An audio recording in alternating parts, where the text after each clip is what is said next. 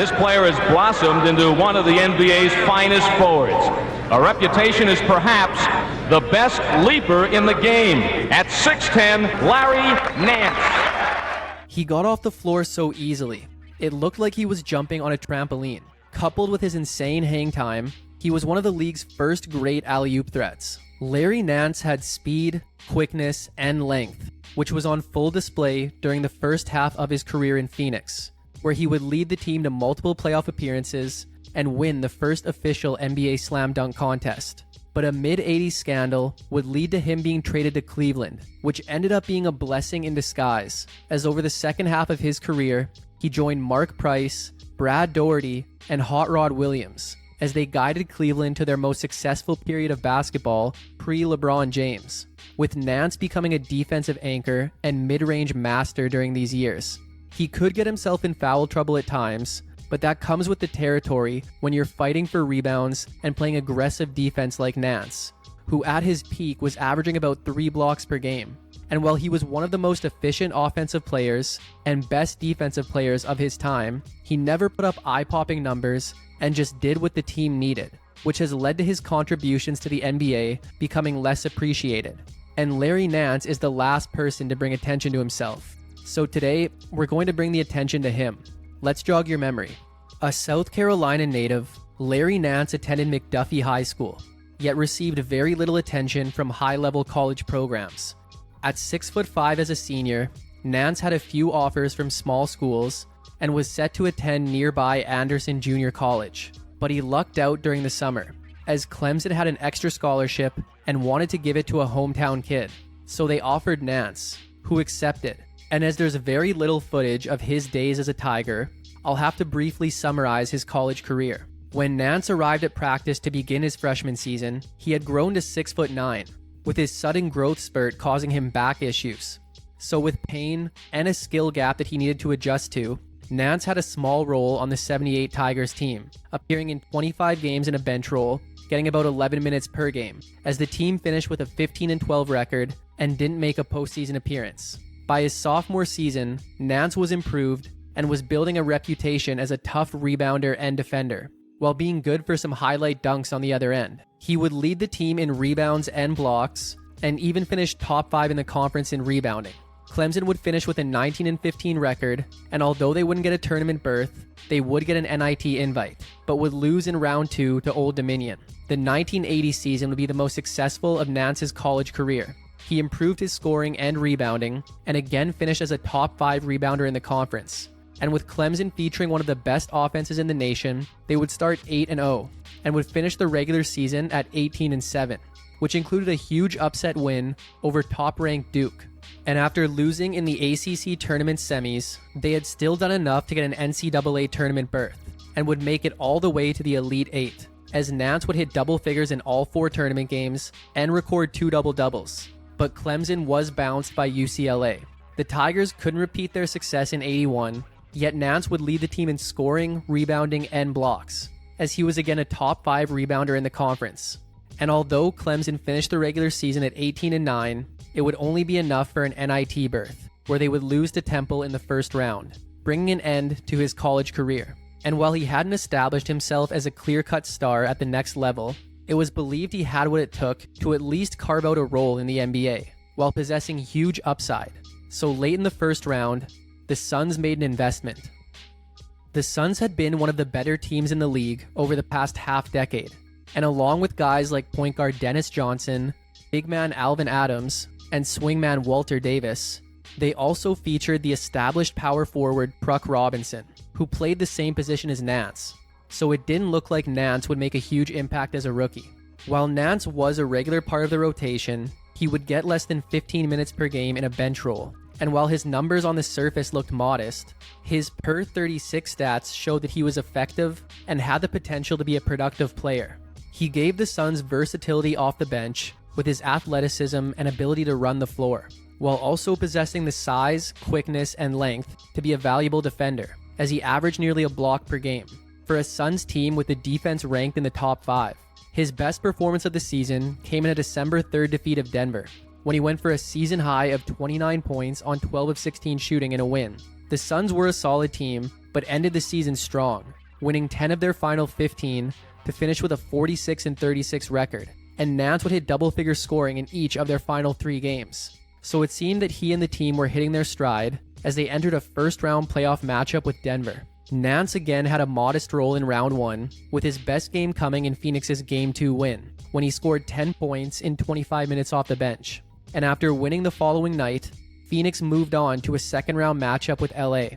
This series would end in a convincing sweep by LA, but Nance was proving himself.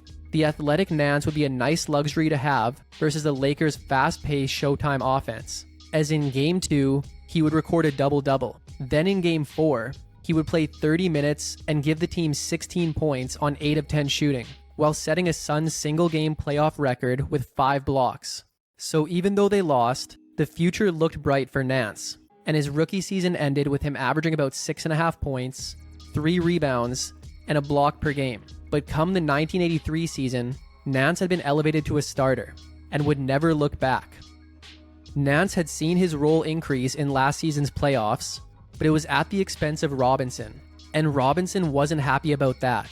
So the Suns would pull off a trade that sent him to New York in exchange for former All-Star and All-Defensive Team member Maurice Lucas. So the Suns' already stingy defense would get a bit better. But Nance deserves a lot of credit for that too, as in just his second NBA season, he became a top 5 shot blocker in the league, and overall would finish with one of the NBA's lowest defensive ratings. But it wasn't just his defensive production that improved, it was his offense too, as he averaged over 10 more points and would finish as the team's second leading rebounder, and do so while shooting 55% from the field. And while he wasn't having a lot of huge scoring outputs, he was consistent, hitting double figures in 77 games. However, he would have his first career 30-point game when he had 31 points and 10 rebounds in an April 4th win versus New York, which would also be one of his 32 double-doubles on the year. And the Suns were rolling with their new-look frontcourt, and only seemed to be getting better as the season wore on, as they would even win 22 of their final 28 games, to finish the season with a 53-29 record and get a first-round matchup with Denver. Unfortunately, Phoenix's season would end in disappointment, and Nance was part of that. After an efficient 16 points, 3 steals, and 3 blocks in a convincing Game 1 win, the Suns were without Lucas for Game 2, and Nance would have just 6 points on 2 of 10 shooting, as Denver evened it. Then although Nance had 14 points and 12 rebounds in Game 3, he shot below 42%, and Denver knocked out Phoenix, with Nance's second season seeing him average about 16.5 points, 8.5 rebounds, and 2.5 blocks per game. The Suns' backcourt had taken a big hit going into 1984, as over the offseason, they had traded guard Dennis Johnson to Boston, with Kyle Macy and Rod Foster splitting point guard duties this year. And with a healthy James Edwards, the Suns often fielded a starting lineup featuring 3 players who stood 6'9" or taller. Nance continued his great play on both sides of the ball, as he once again was a top 5 shot blocker in the NBA, recording 12 games with at least 4 blocks, and averaging at least 2 blocks and a steal for the second consecutive season. And on offense, for the 3rd straight year, Nance would improve his shooting, and was top 10 in the league in field goal percentage, while acting as the team's second leading scorer, as he would hit double figures in 72 games, and this year would have 5 games with at least 30, along with 25 double-doubles. And Nance would even finish top 10 in DPOY voting this year. And while his improvement didn't get him an All-Star selection, it still got him an invitation to participate at All-Star Weekend, as the NBA had refined an event that was introduced years earlier. The mid-70s saw the NBA's rival, the ABA, debut a slam dunk contest during their 1976 All-Star Game, which was won by ABA poster boy Julius Dr. J. Erving. But the ABA would fold after that season. The NBA tried their own spin on the dunk contest in 77, with it being a season-long event, with players showcasing their dunks at halftime throughout the year, with the winner being Indiana's Darnell Hillman. But after this, they scrapped the event altogether, until this season, when the first official NBA Slam Dunk Contest was held, following a format closer to what it's become in the modern day, and the high-flying Nance was invited as a participant.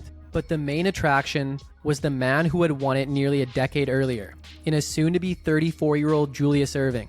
And while the Doctor still wowed fans, and even tried to recreate the dunk that won it for him years earlier, the younger, hyper-athletic Nance showcased his incredible vertical and hang time while bringing out creative dunks like this one.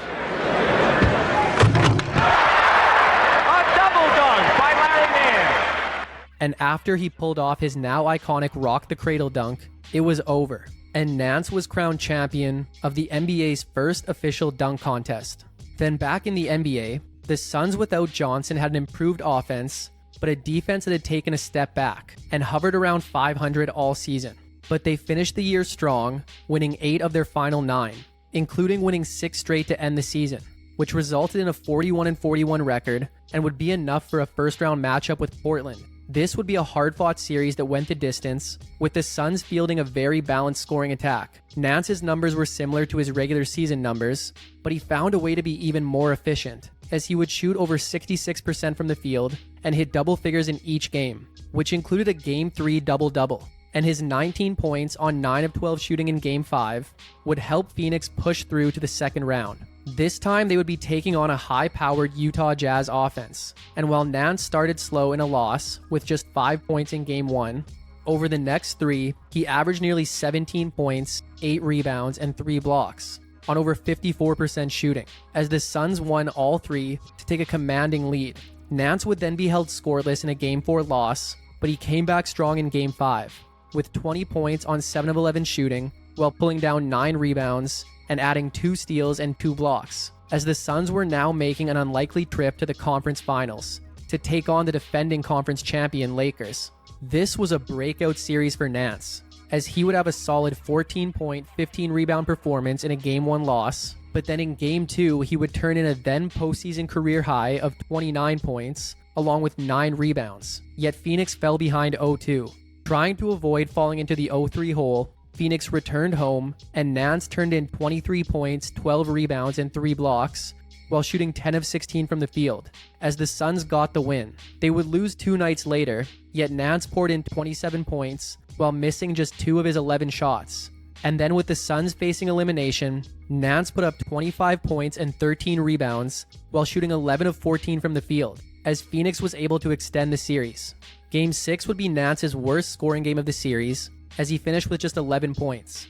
But he did add 12 rebounds, 6 assists, and 3 blocks. However, his final miss was his toughest, as he would not be able to tip the ball back in off a James Edwards miss to tie the game in the closing seconds, as LA held on to take the series, with Nance's year ending with him averaging about 17.5 points, 8.5 rebounds, and 2 blocks per game. So after a performance like that, Nance had shown everyone that he was a lot more than a dunker. Going into the 85 season, the Suns were going to be without one of their top players for a while, as during a preseason game against the Lakers, Davis would slip and tear multiple ligaments in his knee, so it was unsure if he would even suit up for the Suns this season. And while the Suns had added a talented guard through the draft in Jay Humphries, someone would have to step up in Davis's absence, and Nance would lead the charge, as in just his 4th game of the season versus Portland, he would go for a then career-high 44 points, along with 17 rebounds in a win. Then just a couple weeks later, he had another 40-point outing in a loss to the Lakers. And Nance was lights out all season, as his 58.7% shooting would be a career high and top 5 mark in the league. And the Suns were optimistic, as they were sitting at 25-25 at the All-Star break, and Davis had actually returned about a week earlier, so they were primed to improve after the break. But first, All-Star weekend. Nance would return to the dunk contest to defend his crown, as this year's stacked participant pool was full of some of the highest flyers the NBA has ever seen, with some of these players doubling as the league's biggest stars. But Nance would have an underwhelming performance, as after he and Erving received a first-round bye due to being finalists last year, neither of them would get out of the second round, as another memorable battle ensued in the finals, but this time between Chicago's Michael Jordan and Atlanta's Dominique Wilkins, with Wilkins ultimately capturing the crown. But Nance was able to get this out of his mind quickly, as the following night, he would make his first career All-Star appearance, scoring 16 points off the bench in a winning effort for the West. Nance came out of the All-Star break on a tear, but then in early March, he would injure his groin in a game against the Kings, and would miss nearly a month, before coming back for a March 30th game against the Clippers and going 0 for 9 from the field. And this was really too bad, as Nance's career year had seen him lead his team in scoring for the first time in his 4 seasons. But this forgettable outing against LA would be the final game of his season, as he was shut down for a Suns team who finished with just a 36-46 record. And while they would get a playoff berth, they would be swept by the Lakers in round 1, as Nance's season would see him average about 20 points, 9 rebounds, and 1.5 blocks per game.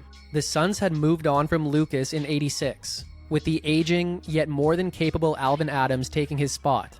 And Nance was healthier this season, as he appeared in 73 games. And while he dropped to the team's second leading scorer, he was doing so on a then career-high scoring average, and was still shooting over 58% from the field, which was third best in the NBA. And with Lucas gone, Nance became the team's clear-cut top rebounder, and remained as their best interior defender, again leading the team in blocks. This season would see him hit double figures in 67 games and record 25 double-doubles, while matching his career high in a March 10th defeat of Detroit, when he dropped 44 points on 19 of 26 shooting, while also adding 5 blocks. But the loss of Lucas also meant that the Suns lost a lot of defense and toughness, as they allowed the most points per game since Nance's arrival. However, they tried to make the necessary adjustments, as without the slower-paced Lucas, and with healthier seasons from Nance and Davis, alongside a young Jay Humphries, they played at the league's second fastest pace. Yet it didn't translate to as much scoring as they would have liked, and with a below-average defense, they were only able to manage 32 wins, which would not be enough for the playoffs, as Nance's year ended with him averaging about 20 points, 8.5 rebounds, and 2 blocks per game. The 87 Suns on the court looked to be continuing a slow decline, allowing even more points than last year, and while their scoring had improved, it was marginal, and it didn't help that Edwards went down early with an Achilles injury and would only appear in 14 games. So with even less frontcourt depth, Nance would continue to quietly improve, as he would finish second on the team with a career-high 22.5 points per game, while still shooting over 55%. And for the first time in 3 years, he would average at least 2 blocks per game, as a top 10 shot blocker in the league. And in a February 10th win over Utah, he would record a career-high 21 rebounds to go along with 30 points. But a couple weeks later, head coach John McLeod was fired after a 22-34 start, and replaced with Dick Van Arsdale. And while Nance was playing great under McLeod, Van Arsdale would really lean on him to be the team's star, as he saw a noticeable increase in his numbers over the final 26 games. But the Suns would finish with just a 36-46 record and miss the playoffs, as Nance averaged about 22.5 points, 8.5 rebounds, and 2 blocks per game. However, the Suns weren't fully focused on basketball this season. Near the end of the regular season, in mid-April, the news broke that numerous Suns players would be receiving drug charges, but these weren't light charges. It was a full-on indictment, with key players like James Edwards and Jay Humphries being investigated for cocaine trafficking. And while he wasn't believed to be part of the trafficking, Walter Davis was also involved, as he had admitted to using again, after he had voluntarily attended a rehab program while continuing to play in January of last season due to his cocaine use. But one of the few players who didn't see his name come up or warrant further investigation in this case was Nance. But whether he was or wasn't in the headlines, the Suns now had one of the league's worst reputations, and knew that the only way to move on from it would be a full overhaul, and that's what they would do in 1988. The team's roster hadn't changed much entering the season, and Nance continued being the model of consistency that he was now known as, putting up similar averages to last year and acting as the team's leading scorer, rebounder, and shot blocker on efficient shooting, and would even drop a career-high 45 points in a December 20th defeat of Sacramento, and record a then career-high 10 blocks along with 17 points and 11 rebounds in a January 4th loss to Philly. But the Suns continued to regress, and as they were sitting at 17-34 near the trade deadline, all the dominoes would fall at once.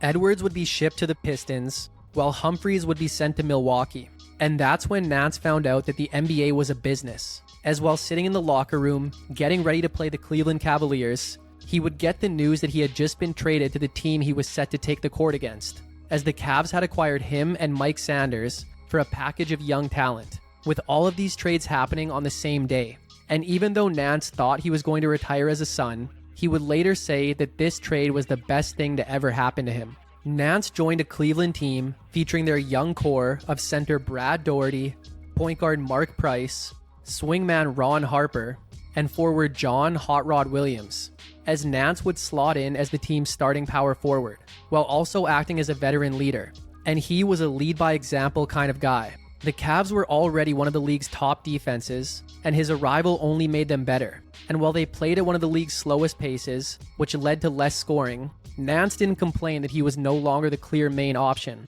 and would still average about 16 points, 8 rebounds, and 2.5 blocks on efficient shooting in his 27 games with the Cavs.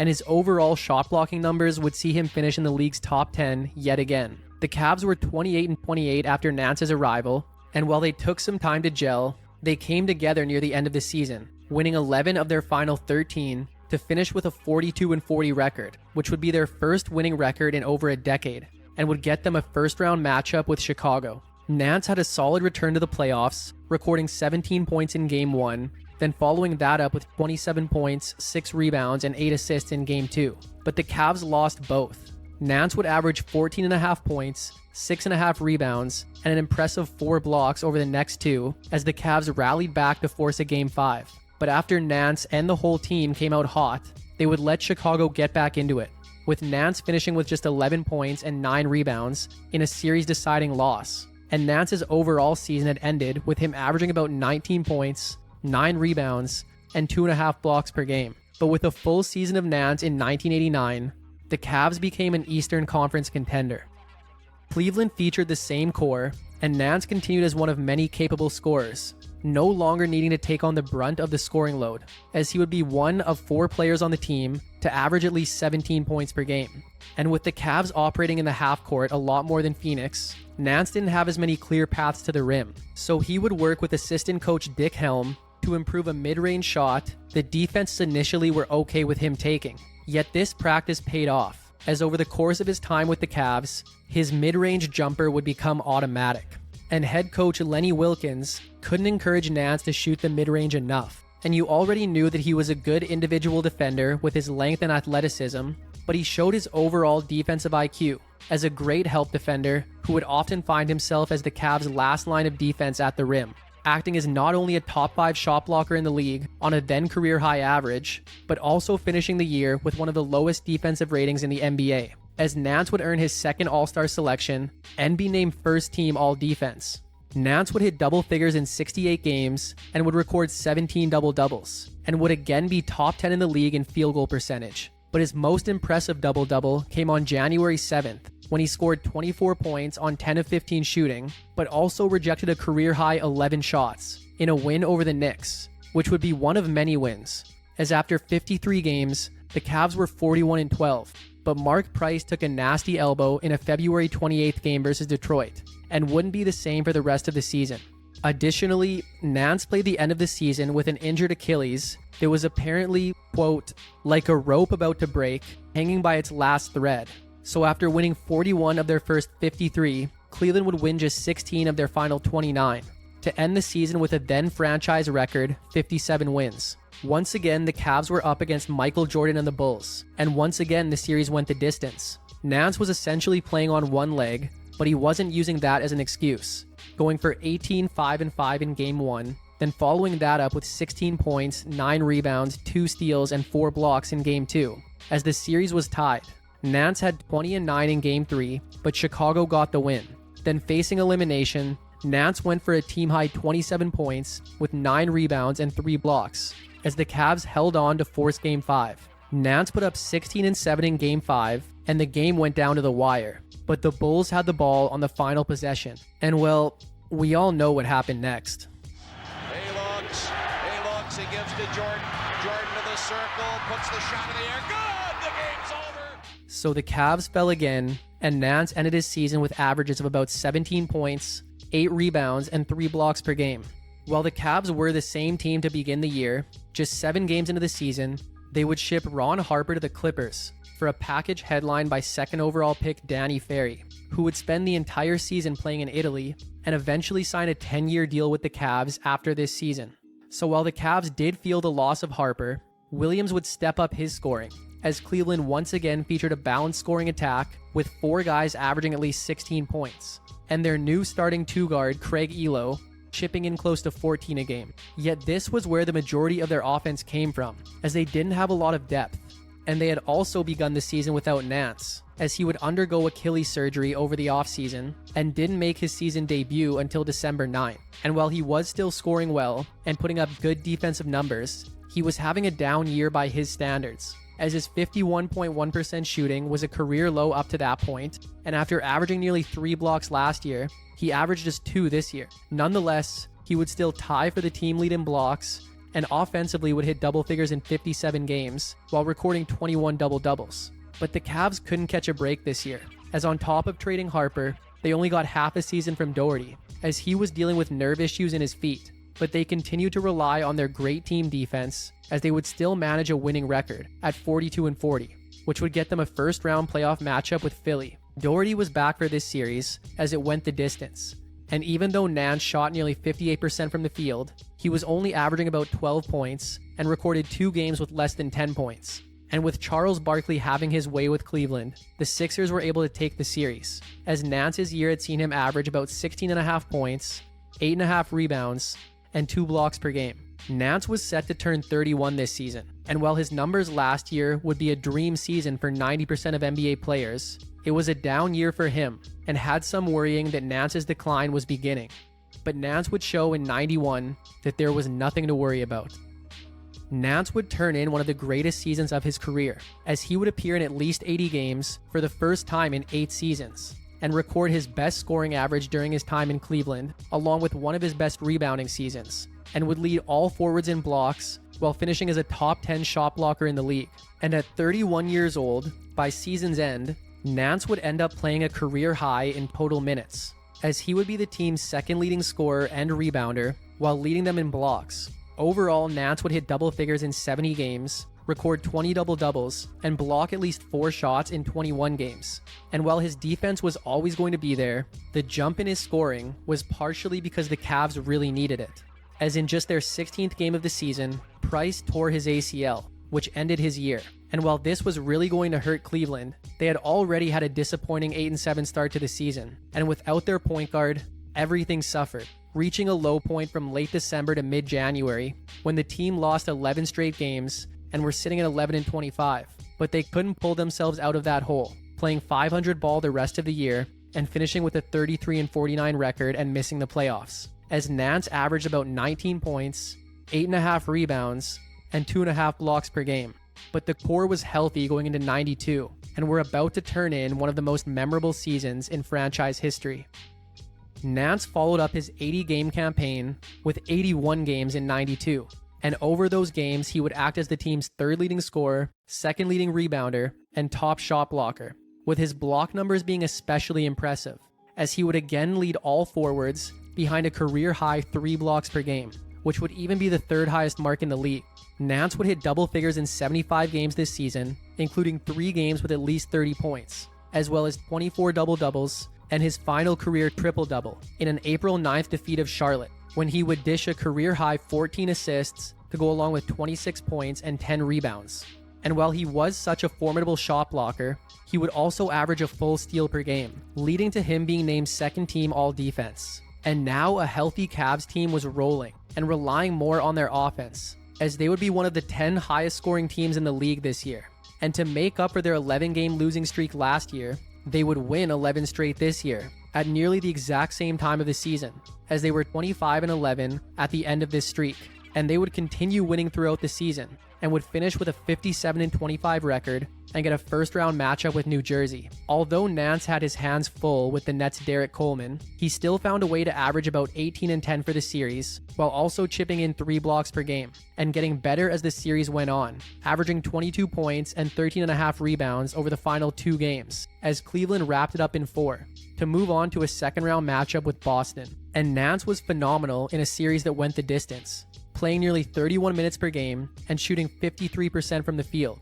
Over his first 3 games, Nance was averaging 19-10 along with nearly 3 blocks. But Cleveland found themselves down 2-1 and were trying to avoid falling into a 3-1 hole on the road. But Nance refused to let that happen, as he would drop a postseason career high 32 points on 13 of 16 shooting, while playing 49 minutes in a 2-point overtime win to tie things up heading back to Cleveland. Nance would have 18 points in a blowout Game 5 win, but then Boston returned the favor with a blowout win of their own in Game 6, which saw Nance shoot just 2 of 9 from the field and failed to record a steal or block. But with Nance chipping in 15 points, 9 rebounds, and 8 assists in Game 7, the Cavs won easily and were heading to the conference finals to take on a familiar foe, who were now the defending champs. Over the first 3 games, Nance was averaging 17 points and 4 blocks, and had recorded a Game 1 double-double. But the Bulls had still taken a 2-1 lead. Nance again came through in Game 4 as he put up 22 points, 11 rebounds, and 4 blocks in a win to even the series. But the Bulls would take Game 5, as Nance had just 9 points and a block before fouling out. Then even though Nance finished with 25 points, 16 rebounds, and 3 blocks in Game 6, the Bulls would outlast the Cavs to take the game and the series, as Nance's year had seen him average about 17 points, 8.5 rebounds, and 3 blocks per game. Although the Cavs were getting older, Price and Daugherty were in their prime, so they were still expected to contend in the East in '93, and that's what they would do. Nance would again be a top 3 scorer on the team and have his best rebounding season as a Cav. Additionally, his 54.9% shooting was his best mark since 1987 and would again be a top 5 mark in the NBA. As usual, he would lead the Cavs in blocks, as he averaged at least 2.5 blocks for the 3rd consecutive season and 4th time in 5 years, as he was again a top 10 shot blocker in the league. Nance would hit double figures in 68 games and record 27 double-doubles, while also rejecting at least 4 shots in 20 games. And the Cavs looked just as strong as last year, featuring a top 10 offense and top 5 defense in the league, as they would send Nance, Price, and Daugherty to the All-Star game this year. And they were on fire to end the season, as they won 12 of their final 13, which included an 11-game win streak, leading to them finishing with a 54-28 record and a rematch with New Jersey. Coleman dominated, but Nance was able to hold his own and was averaging about 17 points and 11 rebounds on over 54% shooting across the first 3 games of the series, which included a 23-point, 17-rebound Game 3, with Cleveland taking a 2-1 lead. Then after a poor showing in a Game 4 loss, Nance came back with 20 points, 12 rebounds, 6 assists, and 3 blocks in Game 5, as the Cavs took the series, but yet again had to take on the Bulls. Nance was lights out this series, shooting over 62% from the field and leading the Cavs in scoring at about 17.5 points per game. The first 2 games would see him average a modest 13.5 points and 7.5 rebounds on 50% shooting, yet the Bulls won both. Then Nance went unconscious in Game 3, finishing with 24 points on 11 of 12 shooting, yet the Cavs lost again and were now down 3-0. Nance had an efficient 18 points in Game 4, but Jordan ended the series with another game winner, and the Cavs came up short again, with Nance's year seeing him average about 16.5 points, 8.5 rebounds, and 2.5 blocks per game. But going forward, this is where Nance's body would fail him, and his decline came quick. '94 would be the end of the Cavs' once lethal frontcourt, as a back strain would keep Daugherty out of the final 32 games of the year and would ultimately end his career after this season. But Nance didn't fare much better, as after playing the season opener, he underwent arthroscopic knee surgery and missed nearly 2 months. He would come back and play in 32 more games, but another knee surgery would end his season in mid-March for a Cavs team who went 47-35 and once again lost to Chicago in the first round, as Nance's injury-filled year had seen him average about 11 points, 7 rebounds, and 1.5 blocks per game. Nance would try to rehab his knee over the offseason, but it just wasn't improving, and he knew that his knee was in no condition to handle a full NBA season. So he made the decision to retire from the NBA after 13 seasons, leaving the game as the all-time leader among forwards in block shots, as well as a career 54.6% shooter, who aside from his first and last year, had never averaged less than 16 points and 8 rebounds in a season.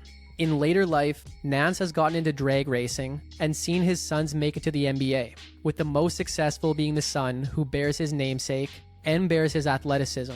Larry Nance was quiet and consistent throughout his career. His game was exciting and got fans out of their seat during his time with the Phoenix Suns, as one of the league's highest flyers. But he used his jumping and his length to score efficiently as well. And on defense, it was very hard to get a clean shot off with Larry Nance near you. Not only was he a consistent performer with Phoenix, but you never had to worry about him, as he kept himself away from the scandal that led to Phoenix cleaning house. But in a way, that scandal was the best thing that happened to him, as it got him to Cleveland, where he was a perfect piece for one of the most underrated cores in NBA history, consistently scoring and defending for the Cavs, and playing a huge role in one of the most successful periods of Cleveland basketball. And although his career didn't end under his own accord, he still enjoyed a more successful career than most, yet one that rarely gets brought up, due to his numbers being good every year, but not eye-popping, and also because he happily accepted his role on a Cavs team that's known most for how good of a team they were, not their individual players. But Nance was one of their best individual players, and remains one of the most overlooked power forwards of all time. But that's it for today's episode on Larry Nance.